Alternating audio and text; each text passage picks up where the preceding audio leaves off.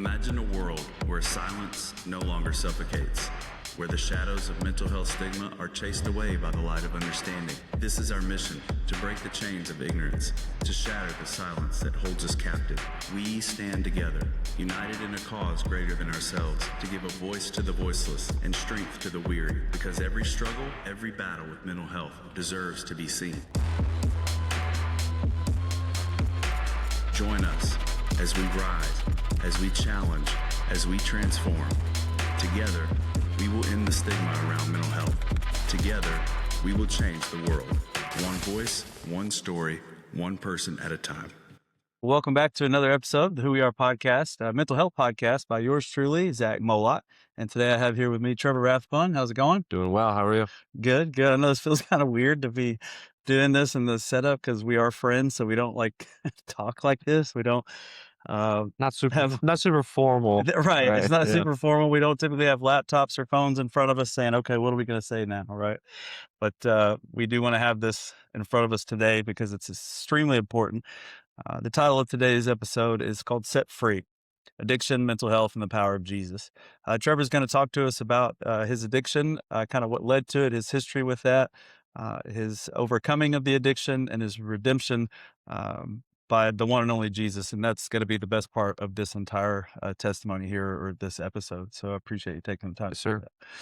So kind of give us a little backstory of who you are, kind of where you come from, and kind of how you became a guest on the show. Yeah. Well, we'll touch on it a little bit throughout the story of kind of how we, my family and I got re-involved in a church setting, if you will.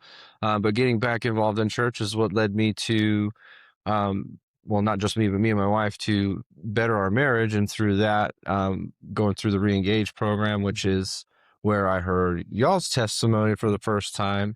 And then just by, I don't know if you want to call it coincidence or chance, or if it was what's supposed to happen. Yeah. We saw y'all's testimony, and then y'all ended up being in a life group with us. And that led to Zach and I leading a life group for a year and a half. Yeah, about a year. Mm-hmm. Yeah, And 2 so, semesters. yeah. So we've just kind of gotten to know each other, become great friends over the course of that time. And Zach's doing his thing here, which is great. And I'm just honored to be invited here to just talk a little bit about what I've been through. Yeah, and really glad you're here. And for those of you who don't know what Re-Engage is, or life groups, things like that, Re-Engage is a ministry at the church, not exclusive to just one church. No, it's not. They actually have it everywhere. It's spread kind of like wildfire. It's about learning to put your identity in Christ as well as your marriage. Super great ministry. And through our story, mine and Beverly's, is what you were talking about. Mm-hmm. You heard the testimony and thought, hey, that's similar. What's interesting about this is that when you guys join the life group, that's another thing. Life group is a community group of people doing life together biblically as we're able to. Some churches call them small groups. Some churches call them growth groups. But yeah, it's all the same thing. Yeah, same thing. So life group. But what's cool is that, like, I remember finding out that that's how you came to know us, but we had already known each other for a while. And I was like, wait, what? So that was almost surreal, if I'm using that word correctly. It was pretty neat to know that we had an impact on y'all's lives, just like others have had an impact on our lives. And then you were able to share that with us as we were with others. So it's just pretty cool how it comes full circle. Yeah. And yes, we did come to know each other. We got really close over the years. You've been there for me in ways that many people haven't. So I greatly appreciate you. And I've come to know your story a little bit more in detail as a result. And you're just a really cool guy, Trevor. Thank you. More likely, I'm going to get a little sentimental on this episode, but because of how much this man means to me. But I have a feeling that the feeling's mutual. Absolutely. And we've done some things in each other's lives that, like I said, others can't do. So it's just really cool to be able to talk about it. I myself am a recovering drug addict. Yes. I think you kind of unknowingly learned that I don't really like talking about it that much. Mm-hmm. I've not known why, really, for the longest time, but I think it has to do with the fact that I was finding myself identifying myself with the addiction, or as far as my identity, finding my identity in the addiction, excuse me. And I just didn't like that. Mm-hmm. But I didn't know how to really shed that. And what helped me shed that is by talking of God's redemptiveness and grace and mercy in that story, if that Mhm. makes sense. Absolutely. But for the longest time, like through these programs, and I'm going to say something that many of you may not like hearing, but I'm going to say it anyway. I don't like the part of AA or NA to where you have to stand up and say, my name is, and I'm an alcoholic Mhm. or I'm an addict. We've talked about this before. But at the same time, like it's a big part of our story, just not our identity. Correct. Right? Would you agree? Absolutely. Right. So we're not going to spend a lot of time talking about the ministries or programs that have to do with addiction. We're just going to talk about the realness and the rawness of what addiction is and what it can do to your mental health and how it can really destroy your mental health. It can destroy your family. It can destroy who you are. But the greatest thing about this story is that Christ gets to come in and be the hero, right? Yes. When nothing else could help us, nothing else could save us, nothing else could fill that void. That's where Christ came in. Yep. So this is just a really cool episode. I'm super excited. So why don't you kick it off as far as where the addiction started? Like when did you realize, hey, what I'm doing, be it drug or drink, this feels good. I think it's me. Yeah. Let's do it. I mean, well, a lot of the understanding of that kind of came, hindsight. Sure, that's fair. But looking back to that, if I'm looking back to childhood, I never would have thought I would have gone through the things that I went through. I was a happy kid. There were challenges that I had, growing up, but nothing that would have like directly led me to do a lot of the things that I did. Um, where I found a lot of my struggles, I guess, identity. Yeah. Looking back, I struggled very heavily with identity. I didn't know who I was a lot of the times, and that led me to kind of force things upon myself that I that weren't me.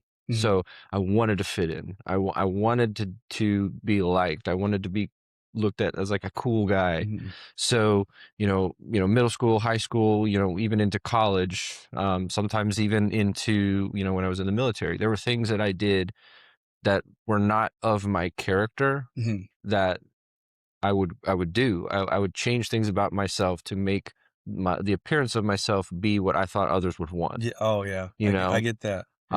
so and unfortunately, or I guess fortunately, because the growth that came through the story, that stuff led me to drugs, in Mhm. some capacity, because some of the circles that I was running in, were, that's what they did, and that's what I started doing. And Is it because you were getting attention from these people when you were on the drugs, or not necessarily the attention on the drugs, just the community of okay? it, like Yeah, it there is a community. absolutely, Yeah, yeah, it's wild. Yeah. just the things that these, that we would do as groups, it was, the smoking weed, the taking pills, all that stuff. It was just kind of what everybody did. Mhm. And I wanted to be a part of something, and that was what I found myself being a part of Mhm.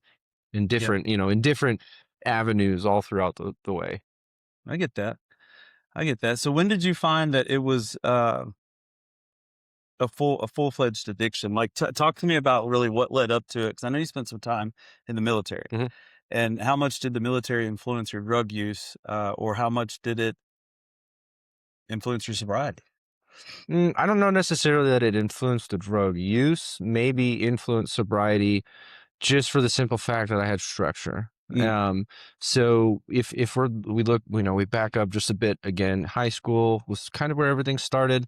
I had influences in my life at the time, even back in middle school, where it was like, hey, you should try this. And, Mhm. it wasn't always an actual drug. It was a misuse of a prescription, or Mhm. crushing a pill up and snorting it, Ritalin, back in Mhm. the day, Yeah. smoking weed, so little things like that. And it compounds, Mm. so between high school, college, I was always shy. I was shy a lot, Mm. and so I would find that when I would do a lot of these things, it would open me up, and Yeah. I felt like I had a stronger personality. Yeah. I felt like I didn't care I wasn't reserved. Not that I didn't care, but I felt like I was less reserved. Yeah. I felt like I was a more outgoing person, and I liked that. Yeah. And so those feelings coupled with the euphoric feelings that these drugs, that stuff like that brings, like it was a perfect combination. Like I felt like a superhero. Yeah. I felt like everybody loved me, and I was just this amazing person. Not that I wasn't an amazing person, but I just Sure. felt so much more. Well, that's what this stuff will do to you. It'll have you believe those lies. And, we talked just literally a couple minutes ago about the community that Mhm. the drugs gave us. We're not saying that was a good community. Right. It just gave us a sense of camaraderie that we were looking for, Mhm. but it was just done in a very unhealthy way over the drugs. And Mhm. you're right, man. Like for me, it was prescription painkillers. Like those things were, gosh, they were everything I wanted in a pill. Mhm. But then it became everything I wanted in 10 pills, Yes. then 20. Then a prescription of 30 pills wouldn't last me but half a day. Yeah. And then what comes with that is just the downward spiral of like lying, manipulating, losing your money because Mhm. you're going to figure out a way to spend it on drugs, or even stealing. When I talk about stealing, like being a cabinet thief, Mhm. where you go in other people's homes or your family's homes, and you're like, okay, where do they keep the stuff that Yeah. they kill their pain with, right? Right. So, yeah, it can really be damaging, and the community that you get from that with other people is just it's a lie Mhm. of the symptoms. That's interesting. So, when did you feel like you had a problem with the drugs, or when did you feel like you no longer had a handle on it? I mean, I think there was probably several points. Okay.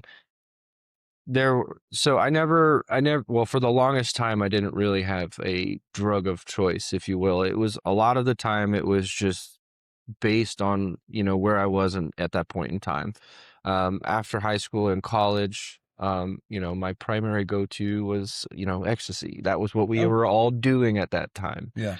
We were going to the clubs and doing all the rave stuff, and so that it was there then at that point. And so I think where I realized I had a problem at that point wasn't so much where I thought I had a problem, but like an addiction problem myself, but it was a money problem. Mm. I ran out of money. I got fired from my job. I was, basically living out of my car for a while, Mhm. and I was going to lose my car. It was going to be repossessed because I hadn't paid my bills. So it's at that point where I was like, well, I talked about joining the military in high school. Yeah. Maybe that's a consideration, and it'll pull me away from this stuff. Was that a conscious belief, like a conscious effort you made to do that, or was this just like you had nowhere else to turn? Had you ever even thought about the military before? Yeah, I mean, I had visited some recruiters in high school. I had talked about it. One of my good friends was big about joining the military after high school, and so it had been discussed. Mhm. Never at great length, but it was more so. Well, maybe this is the change that I need. Sure. Maybe this will get the ball rolling, and never really giving any thought to I have a problem with drugs. Mhm. That wasn't the consideration. The consideration was, well, maybe this is what I need to grow up, Oh, okay. you know? Yeah. So the drugs like was really nowhere in your forethought there. It was just No. like, okay, I need to grow up. I need to do something with my life. Mhm. Okay, let's do military. Yeah, pretty much. Okay. So what did the first 6 months of that look like? Basic training. Oh, that's right. Yeah. It's 6 months? Well, it's well, my training, because go through basic training. It's like 3 months. I Okay. could be off on that. I Yeah. don't Well, it's been a remember. while. Yeah. Yeah. And then you go to your secondary schooling, your training. Mm. It's advanced individual training, where you go learn your job, basically. So my training for that was a lot longer than most are, Mm. just because of the nature of the job. Okay. But I was in Georgia for about a year in total. Were you with Kelsey at this point? No, she was still in high school. Okay. And Kelsey's his current wife, your only wife. The way I said that, I was like, okay, your wife like 3 wives ago? No, he's only been Yeah. married once. So she was not in the picture at this time? We weren't married. We weren't seriously dating. Okay. We had dated on and off in high school. And we started talking again a little bit around the time that I had joined the military. Mhm. But again, it wasn't anything super serious, though I felt like it was. Mhm. Not really giving any thought to, oh, she's still in high school. Yeah. I'm technically an adult. I get that. doing adult things. Yeah. Being in the military, and Mm. I put a lot of myself into You're that. checking the boxes. Yeah, Right. I put a lot of myself into that relationship, trying to make it this big, serious thing Mm. when it probably really wasn't. Again, identity stuff. I was putting myself into all of it as Yeah. much as I could. What were you seeking during all this time? Do you remember, or you were just trying to just move and stay moving With her, with all of it, just where you were at in life at that point? I still really had no idea. Yeah. I just was doing things that I thought might amount to something at some point. Yeah. Well, and I appreciate your candidness there, because I think that's what all of us actually do. Yeah. Maybe not all of us, but at least the large majority, we don't know what the hell we're wanting to do at that Yeah. time in life. And, you throw in messing around with drugs and alcohol, you really don't know what you want to do. You just want to make it look good. Right. Mhm. So take us, okay, after 6 months, you've been in the military for that amount of time, you're moving forward. Take us to what you were doing when you decided to get serious with Kelsey. I got back after Georgia, came back home. I was stationed about 3 hours south of here. Which led me to be back up here every single weekend. Mm. And for about a span of a year and a half, things started getting a little more serious. Granted, she was still in high school. Mhm. And a hard thing for me with that was I was still trying to take this as a serious, committed relationship. And while it might have been to some degree, Mhm. I wasn't thinking about the fact that she's still trying to live her high school life. Okay. You know what I mean? So is she like a junior or senior in high So school at this that time? point, she would have been a junior. Yeah, it sounds right, junior. So about a year and a half or so, we're dating. I'm seeing her every weekend. And then in January 2029, well, actually, let me back up just a hair. I had known I was going to deploy Mhm. to Iraq in 2009. Okay. And stress surrounded around that, coupled with stress surrounded with this serious relationship I was trying to build and I was putting everything, all of me into. Um, I, I was drinking a lot, which alcohol was never really my big thing, Yeah, I but was gonna say, I it didn't really was, remember hearing you it much was about it. the available thing, Gotcha. I do, because yeah. I would get prescriptions here and there through the military and, blow through them in a couple days, but Mhm. it wasn't always available. But I didn't really have a super big problem with any of that at the time because I was so focused on other stuff. Right. My attention was, training. My attention was Kelsey, all this other stuff distracting my brain. Isn't that funny how we justify that? Mhm. Like, it wasn't a big problem yet, right? I was still doing all these things, Yeah. and the things I was doing well far outweighed what I was doing Yeah. bad. So, yeah. So towards the end of 2008, getting kind of in the Christmas time frame, Mhm. we were having issues that are probably common with a young couple, especially one of the parties still being in high school. I'm Yeah. going to keep saying that because it was a big deal. Yeah, yeah. And with all of my energy being put into that, I was starting to turn towards drinking and stuff to numb, I guess. Yeah. Yeah. And so that led to me, um, we got Christmas break, Christmas block leave, and I was up here for a couple weeks. Mhm. And And where again were you living at the time? it's Central Texas, down in Killeen. About 3 hours away? Yeah. And so, again, just remind everybody, you're driving up here on the weekends? Every weekend. Okay, Yeah. and then that block leave during Christmas? Yeah. Okay. Yeah. So, for whatever reason, she wanted to hang out with her friends, didn't want to spend time with me I don't remember the why behind it, but drank and drove over to her house and ended up wrecking my car and getting a DUI, and I was still I didn't underage know at the that. time. Yeah. Yeah. And that was another one of these, like, I thought that was the end moments, because I think I've had several of those, like where I think this is the rock bottom, but Yeah. no, not quite. So, spent a night in jail, so that was kind of a tipping point, if you will. We started kind of trying to take things a little more seriously after that. In the relationship? Mhm. Okay, but at the time, your addiction really wasn't a priority. It was No, just not at okay. all. Not at all. And then, so January 2029, or sorry, 2029, 2009 comes, and I'm leaving for Iraq. And again, I know I mentioned a minute ago, structure and being in a controlled environment, well, those, this increased exponentially being deployed. Yeah. So there were no issues. And I actually feel like I thrived a lot that year that I spent in Iraq. And that's where our relationship started to get better and get more serious. And while we still had issues, it was a lot better than it had been, a year past. So that's where things started really getting more serious. And then kind of about halfway through 2009 was when I was notified that I was going to, when we got back, I was going to be, restationed in Alaska.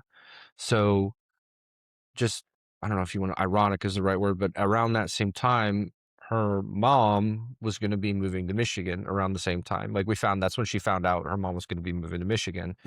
And, by the time I would be getting back from Iraq, she was going to have been graduated and, she didn't want to move to Michigan.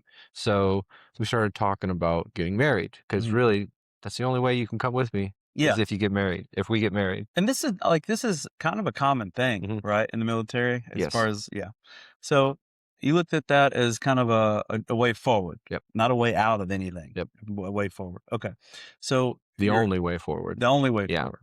As far as so you literally had no other option, right? Right. If we wanted to stay together, that was what it was going to take. Because I feel like, a long distance relationship for a year, being across the world was very difficult, so it just expanding that and making it another long distance relationship for however long it would have been difficult as well. Yeah. And just, it was my solution. It was her solution. So we're like, let's do it. So at what point when y'all were living in Alaska, was there any of the addictive behaviors there? Not right away. So again, it was more so, like I had mentioned, when things were available. I wouldn't take it the right way, but I wasn't diving headfirst and always doing the seeking and always spending all the money and all that stuff. So when did that come? That kind of came towards the tail, like the back end of my military service. So like 2012, 2013 timeframe. And we were leaving for Alaska in 2010, like May. Oh, okay. So we were up in Alaska for about 3 years. And, we had our own set of issues maritally, not me specifically with the drugs. But now, while it was never gone, it just wasn't always present, if that makes sense. Yeah. Perfect.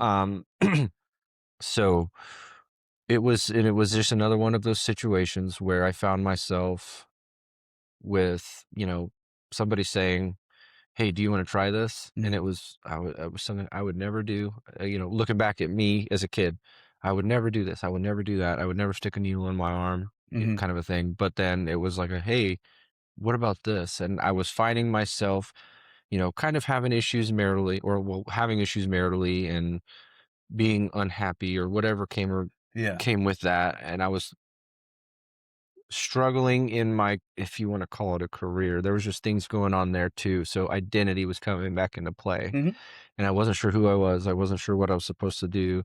And that seemed like not a solution, but it just seemed like hey, why not? Yeah. I found myself breaking what might have been a rule for myself in the past or something that I would never consider just to try and make myself feel better in the immediate. That makes sense. It really does. And Kelsey was aware of this or not? No, okay. She did not know that. Okay. And so again, another element of all of this was stress, and I didn't realize it at the time, but stress around hiding everything and sneaking around and living this second life. Full-time job. Yes, absolutely is. Full-time job. Yeah.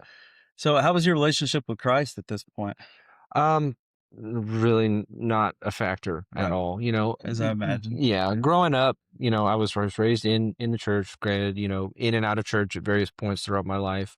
And I believed in God. I believed in Jesus. I had different views on things kind of, as a teenager. I was always fearful, like I'm always doing something wrong. I'm never going to be able to stop doing wrong things, not even necessarily just drugs, just in general. Yeah. So I had an unhealthy fear, I guess is maybe the way you say it, a good way to say it. But but getting into high school and through high school and into college, like I never went to church, and it just a relationship with Christ was not on the front of my mind at all. It was never fully gone. I still had the beliefs on the backside of it, but just never. It was never at the front end of me or Yeah. my relationship. So take us to that point to where it became important to you. Was Okay. it like the reaction to not being able to keep up the facade of living these separate lives with your drug addiction? Mhm. Did you call it drug addiction at the time? Like what was, I guess, rock bottom? What was that rock bottom while you were with Kelsey and wanting to Mhm. start a family and a career where you like, okay, I've got to do something? I honestly, it was probably another several years till I hit that point. Okay. From where we're at in the story right Yeah, now, yeah. yeah, I would, like I said a couple minutes back. I think I thought I had hit rock bottoms several times, but it Mhm. was never really rock bottom. Yeah. Um, there was a point in time where, so when I was transitioning out of the military, was one of those like, hey, I'm gonna cut it out kind of a Mhm. things. Um, Like a new start. yeah. So we had our plan to come back home. Kelsey and I had started to go to church up there. I was like, okay, I'm gonna Why did you start to go to church though? Was it just because it was that something you were supposed to do, or? that was a push by Kelsey, Okay. actually. She, we had our marital struggles going on. She wanted to fix them. We had been through marital counseling, Mhm. not too long before that, which was very helpful. And she was the driving force behind trying to get Christ back in our lives. Okay. And so we started going to church, and I was like, hey, I'm going to cut this stuff out before she ever finds out. Mm. I'm going to change. I'm going to quit. Like, I'm good. Been there.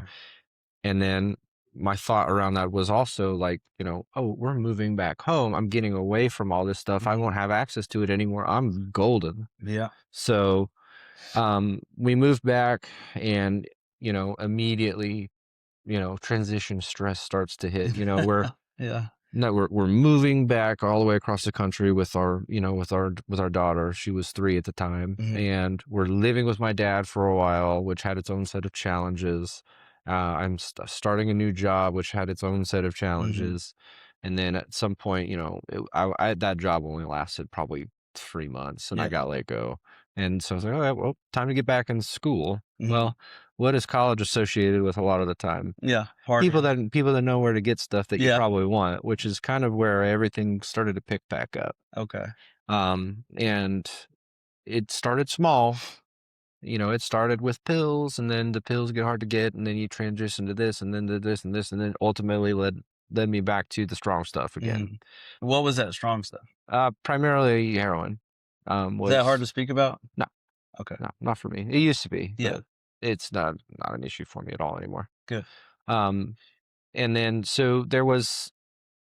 I really don't have a great grasp on the timeline of it. Mhm. I would say maybe a year and a half of on and off using, but I looked emaciated. I was never Really? eating, and I just looked terrible. And Mm. so we basically had an intervention with my wife and my dad, and ended up going to a rehab, um, and was not what I needed. It was a rehab center that was, and I could be misspeaking here, so I do apologize, but it wasn't founded by L. Ron Hubbard, but L. Ron Hubbard supported Mhm. the teachings of this guy Okay. that built this program called Narconon. Okay.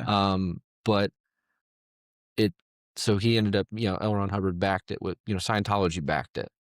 And so So who is L. Ron Hubbard? the founder of this Church of Scientology. Okay. Yeah. Yeah. So, yeah, but the program wasn't what I needed. It was the whole approach. It was the thinking behind it is that, oh well, all this stuff that you do, no matter what the substance is, it's stored in your body fat, and all this stuff that we can do is going to help get it out. Mm. Long sauna therapy sessions, high doses of vitamins. Again, with the idea that the drug residues stay in your fat, and that's what causes cravings. Mm. But so none of that is like, I don't believe any of it's like backed by medical science, Yeah, I've not or heard that. anything Yeah. like that. Um, you know, but the bigger thing for me was it was not spiritual based. And Mhm. what I mean by spiritual is Christ based. Mhm. So it didn't, it was a 90-day program. And the hardest part for me, well, Kelsey had her own stuff going on that caused so much of, I put so much on her plate by being gone because, our second daughter was born while I was there. Mm-hmm. So, me again thinking, While you're in rehab, your yes, second. Okay. yeah. So my thought process but my thought process as I was leaving was, okay, I'm good, Mm-hmm. but if I ever have a surgery, Oh I yeah. can still take it. If, again, while I mentioned earlier, alcohol was never my problem, I could still drink. It's cool. That wasn't my problem. Mm-hmm. I did not have the mental, my mental state around how I was or who I was not great. Sure. Which led me to relapse basically about 2 months out. Oh wow. So it didn't take long. So Take long that at talks all. about. I mean, that speaks into the impact that drugs has on your mental health, Mhm. right? Like it doesn't seem like you were. Well, I actually don't know. I can't speak for you, but because when you got out of that, I'm sure you were pumped, right? Like, Yeah. and nothing could bring you down. But Yeah. then, like you said, a couple months later, something did get a hold of you. Yeah. And it just started that loop all over again. Yep. Okay. And so how many times did you go to rehab before it like stuck? I went to 2 different rehabs. Okay. Time number 2 stuck. Was it the rehab or was it what happened in the rehab or was it even any of that and it was God? All of the above. Okay. Yeah. Yeah. So what I mean by that is, research for the first rehab, there wasn't a whole lot of research put into it. Mm-hmm. My parents had discussed it and be like, hey, this is where you need to go. And Kelsey didn't have a lot of input. Mm. So going through everything, basically that cycle started again. And, it started small, got big. I went through several periods of time where I was like, I'm done. Mm-hmm. I'm going to replace it with something else. And I replace it with the gym. I replace it with this and replace it with that. And it would only last a couple weeks. Yeah. Find myself right back to it. So I was starting to slowly realize that I couldn't quit this stuff by myself. Like there's no way I was going to be able to do it on my own. And then so get to the point of where rehab 2 is coming into the picture. Well, this was my actual rock bottom moment was when I OD'd and I had a doctor in the emergency room basically tell me that they were not sure if I was going to live or die. Oh, wow. So, when we got to that point, Kelsey did her own research and she found another rehab center. It was referred to as a spiritual retreat. Sure. So yeah, some are. there, it was actually AA based. Mhm. So it had all those foundational principles involved.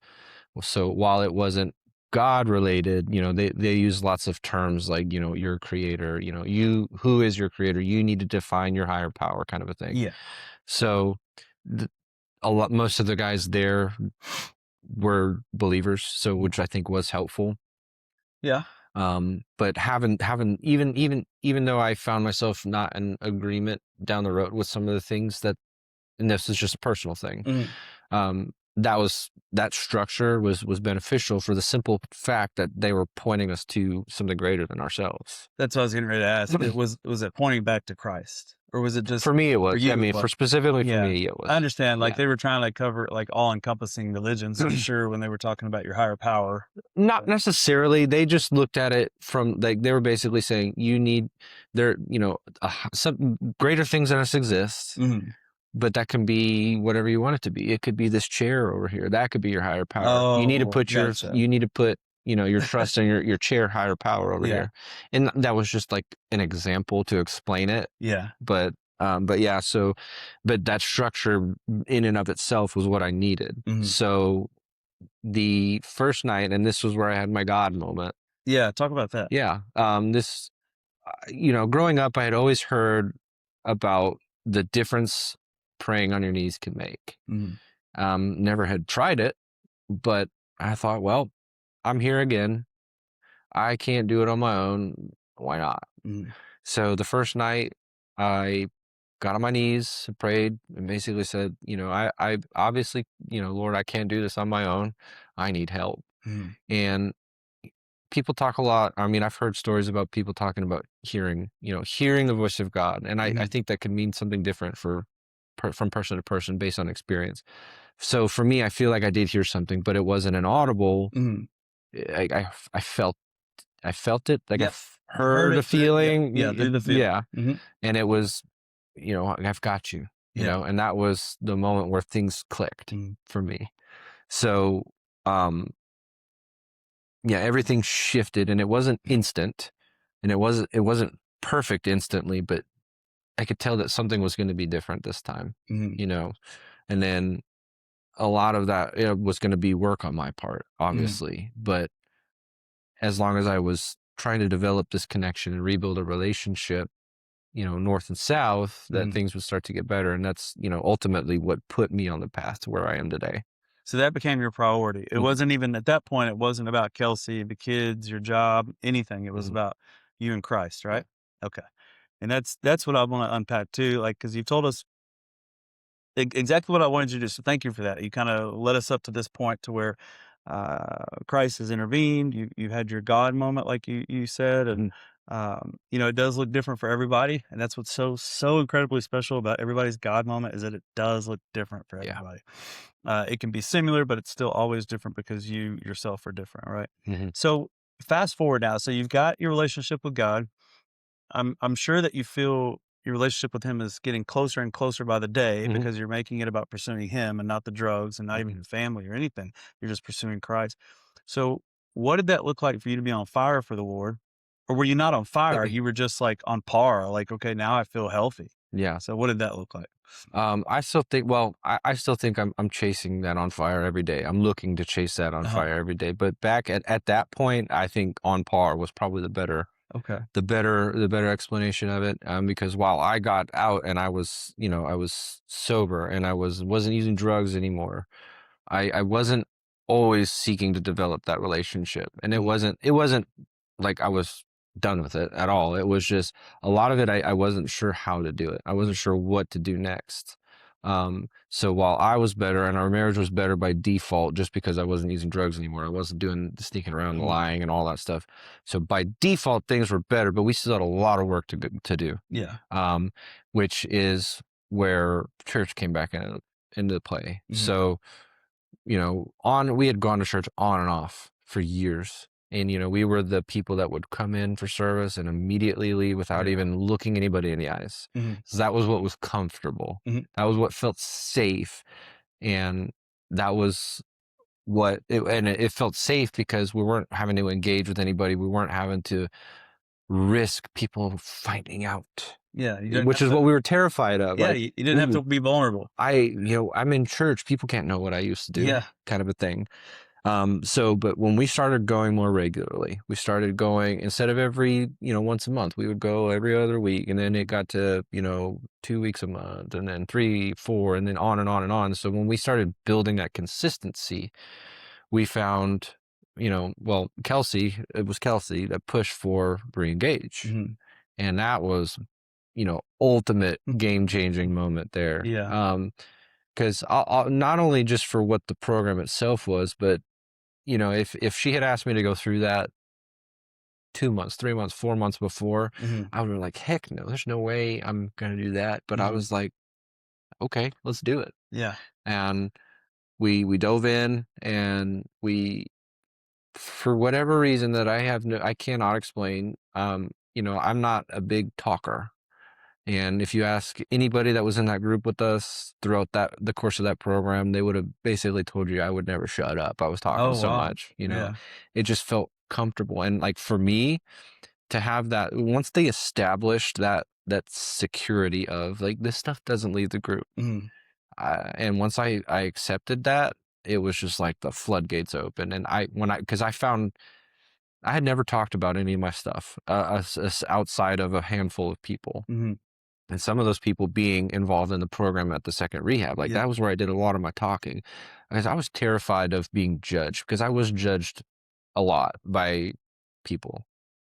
Just that throughout the story that we've discussed. Judged by who? just people in general, Mhm. people that knew about what was going on, people that didn't agree with Kelsey for staying with me, stuff like that. Yeah. They kind of had the mind, oh, look, you're always going to be a drug addict, Mhm. kind of a thing. And Yeah. there's people that are loving, that I still love today. Maybe I don't have great relationships with them, but it was just there's a stigma behind that. Yeah. I think Mhm. like you're always going to be considered that, Yep. A lot of people which do look at us that way. I had to accept, and it's just, it is what it is.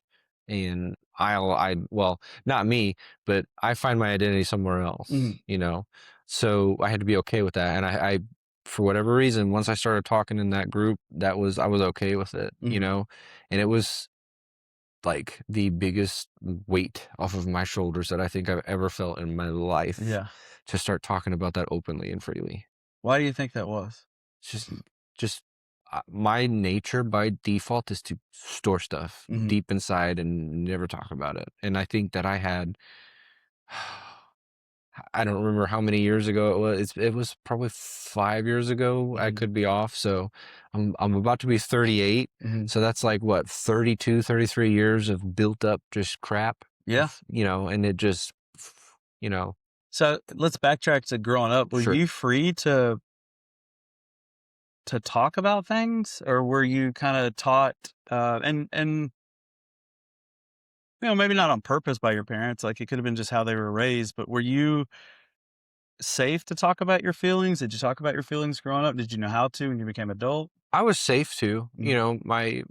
my parents always encouraged me to be open Oh, and good. honest with them, but I just never was. Yeah. I I think a lot of it, and this can also be said about why I didn't talk about a lot of the drug issues with Kelsey, because Mhm. she was always like, if you're struggling, let me know, like let Sure. me help. But I think a lot of it, again, like in hindsight, a lot of what it is being terrified of people really understanding me, Mhm. people knowing what's going on, and if we're talking about drugs specifically, getting caught. Yeah. And like, if they know, I can't do it anymore, Mhm. kind of a thing. So, but yeah, I was never taught to hide anything. It was just what I did by default. Sure. Yeah, because you wanted people to have this certain image of you, Hmm. right? Yeah. Yeah. And isn't that funny that we spend so much time when we're on the drugs worrying about what they're thinking, because the drugs are tricking us, making Hmm. us think that we are what we want them to. I'm butchering this, but you see what I'm saying, Yeah. right? Like it makes us feel a certain way. And if they are looking at us like that, even though it's a lie, it's okay, Yeah. because at least in their mind, they like me, Hmm. right? So I get that. So talk to us a little bit about after the aha moment, which you started to get into, Hmm. but what did life look like after that? Which probably bridges the gap from then to now.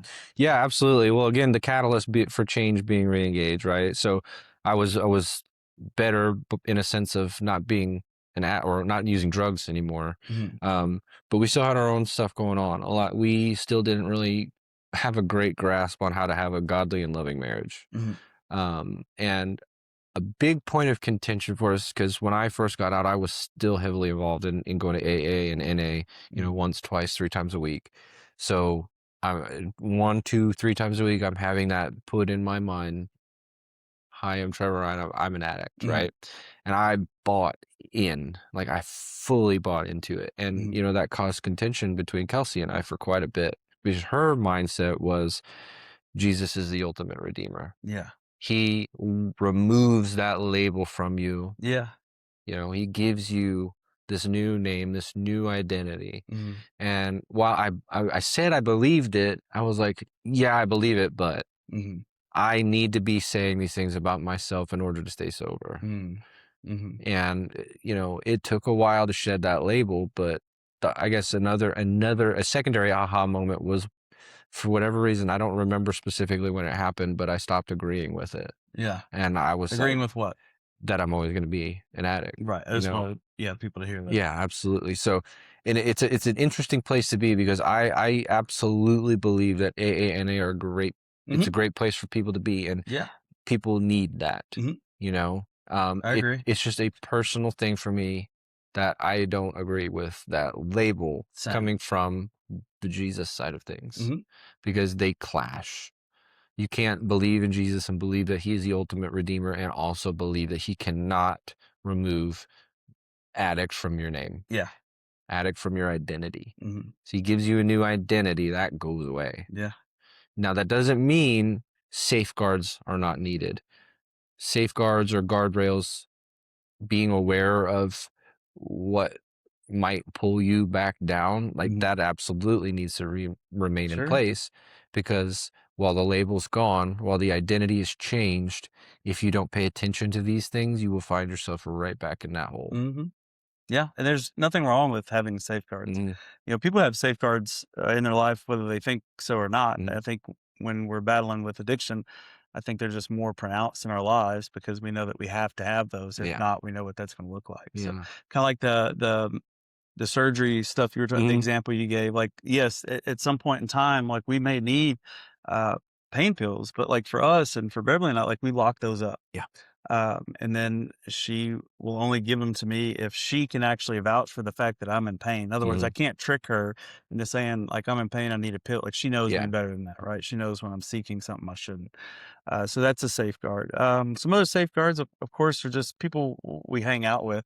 Yeah. But at the same time, I didn't have a lot of those people because I was so keen on trying to hide it. Mhm. So the less people I knew that did it, the better. Yeah. As long as I could just have a few people in my life, close proximity to where I could either get the stuff from or certain people to steal it out of their cabinets, something like that. So, and for whatever reason, I would justify with the pills, like, well, at least it's not hardcore stuff, Yeah. right? It's a prescription. Mhm. So it must be just fine, right? If the doctors are willing to prescribe it. And that's just not the case. So we've got your encounter with God, and God met you where you're at. And I think it's very important Yeah. for people to take away from this is that God met Trevor, met us where we're at in our addiction, and for us to be able to have that new life. So what during all this, I wonder, did you even was mental health a priority at all? Like, did you know it was mental health that you were working on, or was it still just so focused on your identity in Christ that your mental health just happened to improve? Yeah, I don't know if it was ever anything that I focused in on. Okay. It was changing, it was improving, Mhm. but it wasn't anything I paid close attention to necessarily. Mhm.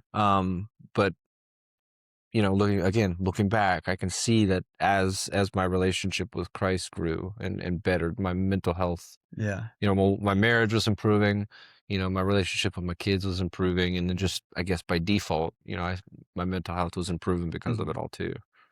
Are you kind to yourself? Are you I didn't nice to not yourself? used to. I didn't used to Yeah. be, and I'd be lying if I said that I don't beat myself up over things sometimes here and there. But I used to be very hard on myself about using drugs, like Sure. all the pain that everything that I did caused, right? And one of the hard lessons that I had to learn was, if Christ forgives me, if Mhm. Christ wipes my slate clean, why am I being so hard on myself about it? Yeah, and that's something. Yeah, I'm the same way. yeah, I think we all are. So it's definitely freeing when we can truly give it all to Christ hmm and live that life that He so richly has prepared for us to hmm do. So it brings Him glory. So I think it's incredible to hear yeah, what you've been through and how far you've come. So you do something that I think is really cool as far as like one of the hobbies that you have that helps keep your mind not only active, but it keeps your physical health in tune as well. And that's powerlifting. Did powerlifting come on as something like you were interested in as a kid, or did you find that you were able to go to the gym and that became like your safe haven to unplug, to be yourself? Like what led to that? And how did it tie into your redemption? yeah. So weightlifting first came into the picture, I think, for me after my first stint in rehab, Mhm. because that was something I did at that rehab, was I started lifting weights, and I was like, well, maybe I should continue this as I get out. Mhm. That turned into getting a part-time job at a gym, and over the course of the next couple of years, ended up, I worked at the gym, became a full-time employee.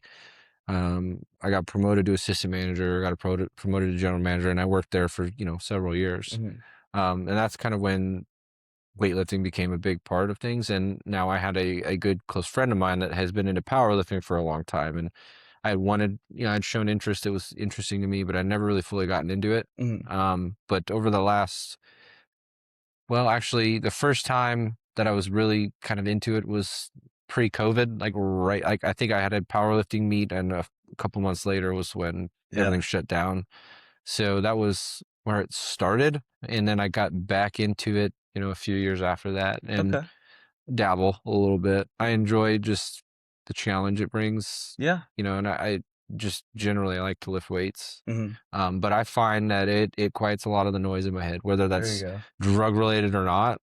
It could be work stress, it could be, my kids are driving me crazy kind of a Hmm. thing, but it quiets a lot of the noise. It allows me to focus in on what I'm presently doing. Hmm. I'm finding myself thinking about, oh, how am I going to get this muscle to connect? Like, Yeah. I'm doing this exercise, I'm trying to feel it, and Hmm. I'm focusing in on that thing. And I'm also thinking about, so the way I do it is like I'm thinking about, 1, 2, 3, 4 exercises down the road while I'm doing something. Oh, So okay. I'm Yeah. planning in my head, Mhm. constantly thinking about what I want my workout to look like. So there's that mind body connection Yeah. happening. Mhm. Okay.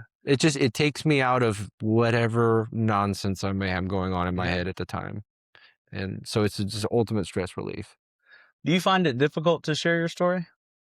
No, not at all. Not just in this setting, Yeah. but like even at the gym or just somebody you've come across. Is it difficult? No, I mean, I don't necessarily bring it up on my own. Mhm. I mean, not that I wouldn't. But you're prepared. Yeah. I got I'm you. not That a makes like sense. if it came up organically in any way, like Mhm. I would not be afraid, ashamed, anything like That's what I that. was looking for. Yeah. I wanted to see if you'd answer that on your own, Mhm. and you did. You don't feel ashamed No, because not at all. I think a lot of our stories can uh, bring relapses and shame. Mhm. We think that all the relapses are tied to the drug itself, Mhm. and I just don't believe that.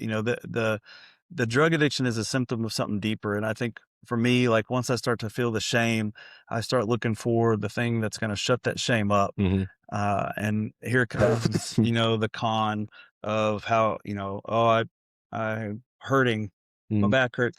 Like it'd be very easy. For example, I have degenerative disc disease. Mhm. I'm in pain every single day, Yeah. every damn day. And it would be so easy for me to manipulate it to where I needed a pain management doctor or something to Mhm. where, well, no, the doctor says I need the hydrocodone, so I must need it, right? So if I'm not careful, if I don't keep my mental health and just my overall image tied to Christ, that is what I'm going to do. Yeah. I'm going to lie and manipulate to be able to get whatever I need to feel good about myself. Screw all of you guys. Yeah. And that's a very dangerous place to be. And I think a lot of times we can spend so much time on the addiction, what that's done to our family, what it's done to us, what it would continue to do had we stayed in it. But we don't talk about necessarily the symptoms that lead up to that. Mhm. In your entire story with addiction, were you ever able to kind of tie down some of the things that you were running from or just afraid to face? I didn't prepare you for that No, question. no, So. yeah, no. I think it would depend on what season of life I was in at the time, what I might have been running from. Okay. Um, but I mean, it could be as simple as just saying everything, anything, Yeah. I life. mean, that's true. Yeah. For a long time, I wasn't wanting to grow up, Mhm. or I wasn't wanting to take that next step in my life, or, um, I just wanted to just do whatever I wanted, whenever I wanted. I didn't have a care in the world about Mhm. anything. But, Would um, you ever say that you loved yourself? um, I know that's a hard yeesh, that's a hard question, but men, I think it's yeah, so gosh dang important for us to love ourselves. yeah, And I think men kind of will look at that and be like, ah, that's kind of cheesy. Ah, it's kind of yeah, gay. Even like, I'm not going to say that. Right. yeah, But that's not true. yeah. Like we want to love ourselves when we're going to those dark places to where we reach for the alcohol or for the drug. That's because we want to feel something good Mhm. about ourselves, even though we're reaching for the wrong. Right. Yeah. So, um, yeah, well, I guess how do you feel about that overall as far as like men loving themselves? No, I think it's absolutely important. And it's not something that I think I ever really could say I did Mhm. until the last few years, Same. you know. Um, I didn't really think about loving myself, especially back then. Like I was so focused on wanting other people to love Mm. me. that I never even gave a thought to loving myself, which probably could have fixed a lot of things, Yeah. you know. Again, in hindsight, Yeah, that hindsight. words come up a lot, Yeah, and isn't it funny how, like, anybody who's recovered from drugs and alcohol has it all put together in hindsight. yeah, The good news is, though, that we've hopefully learned from it and we can share just like what you're doing now. yeah. Well, I mean, I think that's the point of it all, You would hope so. is whatever I go through, I can talk about it in the hopes that somebody else doesn't have to. Mhm. That's cool. So, take me through some of the characters in the Bible that help you to this day. Like, who are Yeah, some of the people in the Bible? And let's be clear, like the people in the Bible, for those of you that haven't read the Bible and may be scared to open it up because you think those people are better than you, they're not.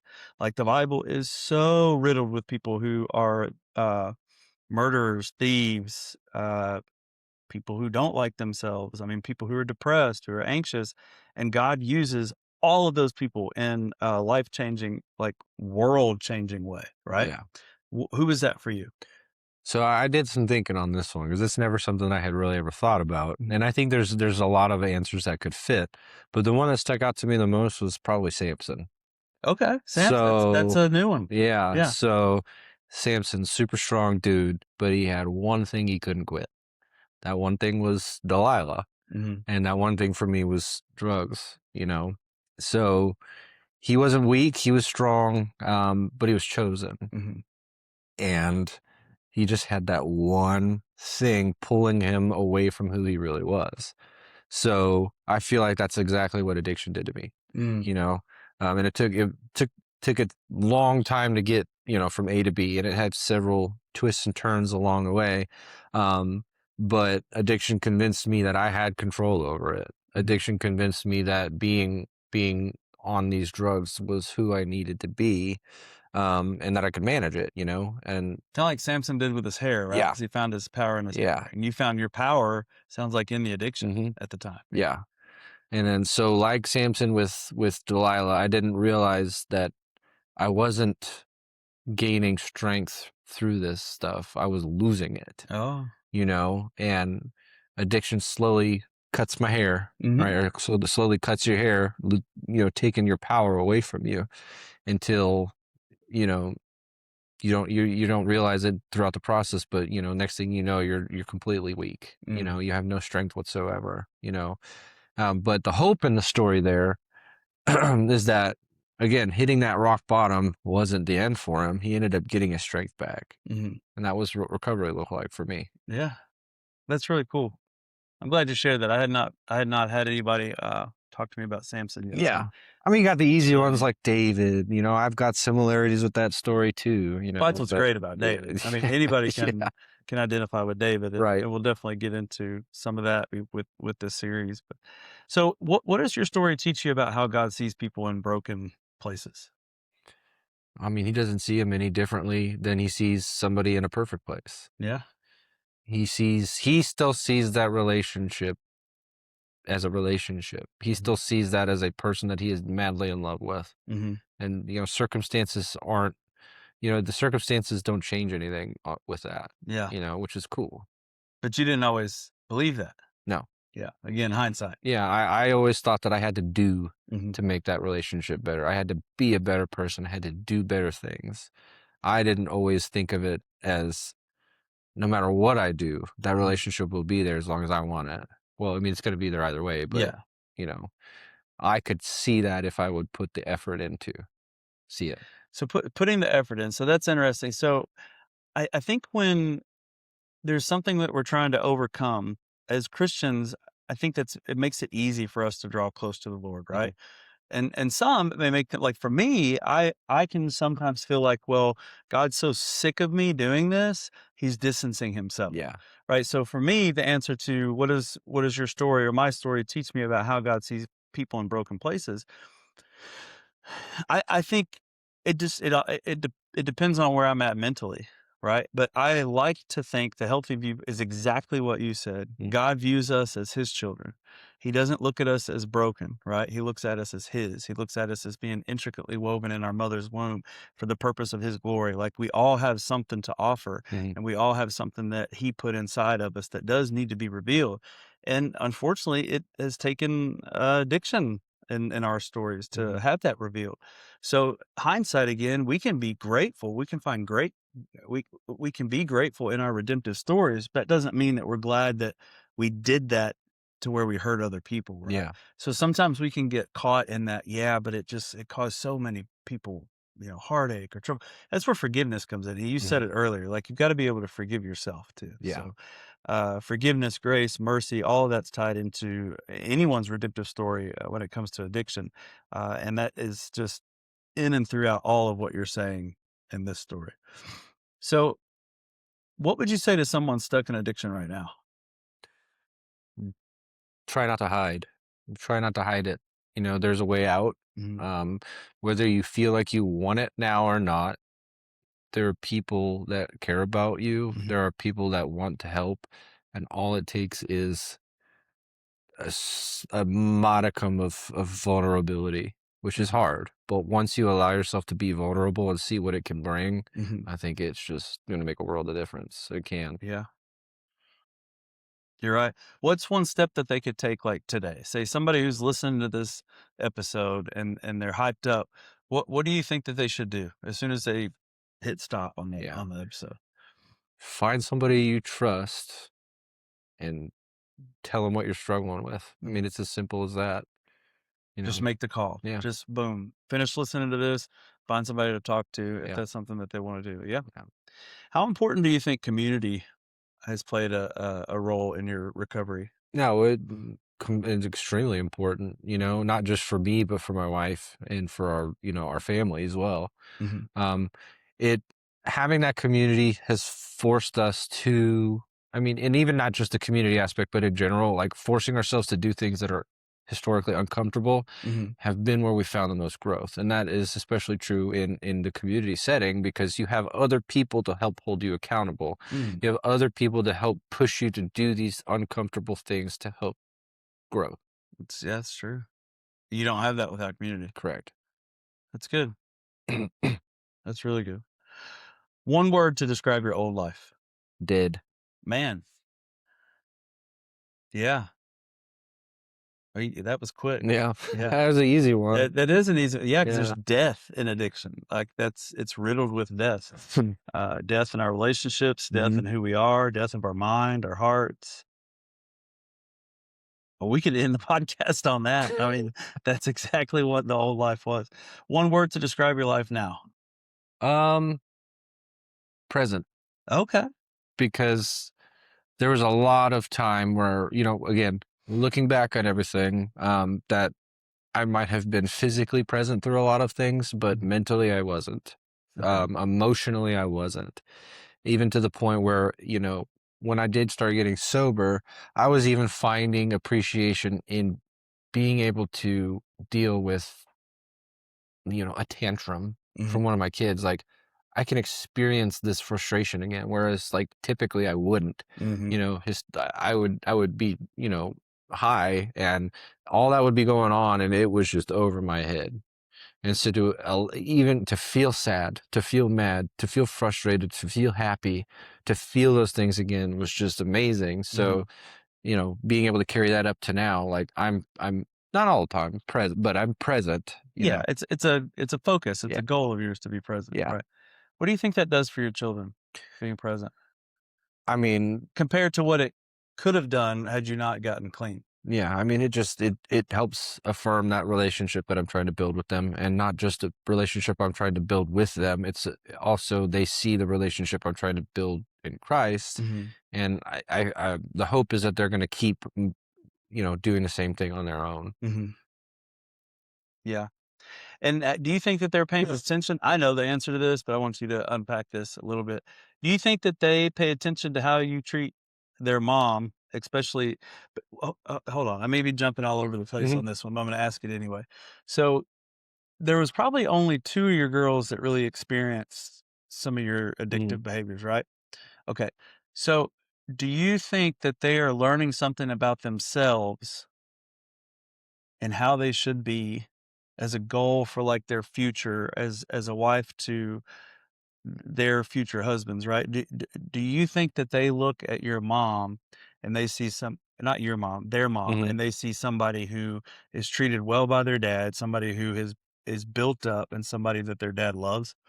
I think so, and I think one of the important things that they do see is, because we're not perfect. Kelsey and I fight, but what they do see is if we fight in front of them, we Mhm. make up in front of them, Yeah. and that has carried over Good. because we see our girls operating not all the time. Mhm. Sometimes we have to like, hey, make sure you're doing this, but Sure.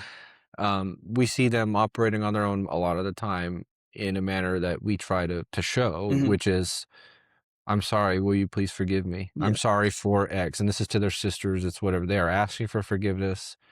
And they're learning the right way to go about things like that. Yeah.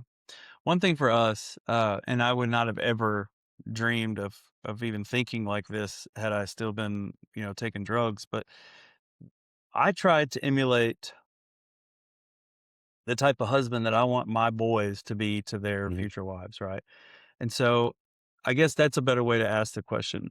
Are you more aware of how you treat Kelsey, their mom, and exemplifying who they should seek in their future husband? Yes, Are you being that absolutely. person? Trying to be. Yeah. What Trying to could you be. have been that person had you stayed in the addiction? Oh no, I was mean. I was not apologetic. Mhm. I was selfish. You know, none of that was I would have ever wanted them to see now. Yeah. So yeah, back then no, but now like yeah, trying to be better, and I'm trying to be the man that I want them to see. Yeah. Yeah, And I'm sorry, I realize I kinda danced no, around it's okay. that question there, and you just gave it so perfectly, so thank you for that. So what is something that, you hope your girls will learn from you? That it's okay to make mistakes. Mhm.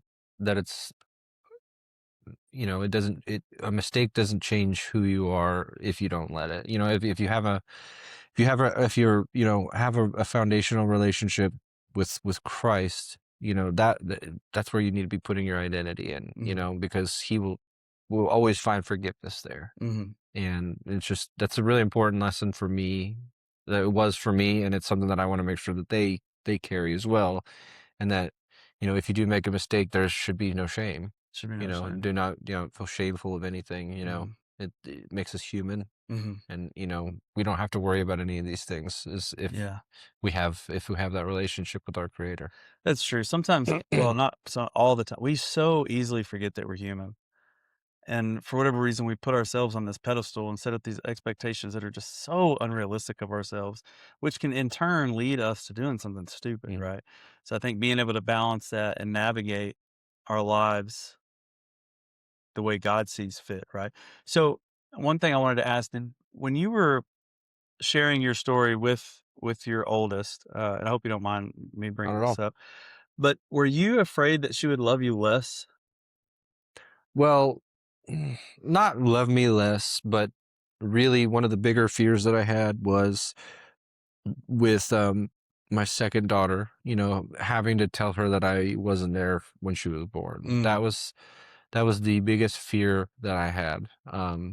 Because I knew my oldest, and all of them really, for that matter. We haven't told the younger two yet. We mhm, haven't had that conversation with them, but I knew that they would be forgiving of it. mhm, Um, and but that fear I had centered around telling my second daughter Livy that I wasn't there when she was born was immediately, like, that fear was immediately crushed when the words came out of my mouth, and this little girl, mm, with me crying, this little girl gave me a hug and mm, told me that everything was okay. mm.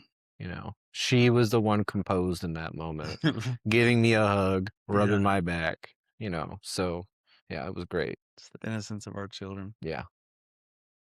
I think a lot as dads, man, we try to be everything for our kids, right? And sometimes we forget that we have a past and we've been forgiven of our past. And I still have not talked to my kids about my Mm. addiction. even doing this episode. And it's quite possible that my oldest will listen to this episode. So he's going to have questions. And I've gone back and forth like, well, should I talk to him prior to this episode? Should I let him ask questions? Whatever the case, that's for me. I'll figure that out. I think God will make that known. But one of my fears is because I'm going to have to tell him that I spent his first birthday in jail. I sat in jail during Cannon's first birthday, and that will forever be with me. But does that take away from the relationship that he and I have today? And no, it doesn't. It's in the past, and I have been forgiven, and I wholeheartedly feel that he will forgive me as well, just like you mentioned your girl's doing for you. And what's so sweet about you saying that about your daughter rubbing your back and patting your back and still loving you. That for my youngest, I could see him doing that, and they don't care who we were. No. With with their attention spans, they don't care who we were yesterday. No, they care who we are today. Yeah. And that comes back to being present. Yeah. And so I think that's a huge takeaway from today is just finding time to be present with your kids and with your wife and just those who you do community with and that you love and that you want to be around. And those people help build you up who you are and who you're intended to be. Yeah. So it keeps you sharp. Yeah. Biggest truth that Jesus showed you. What is that? Well, that freedom is possible.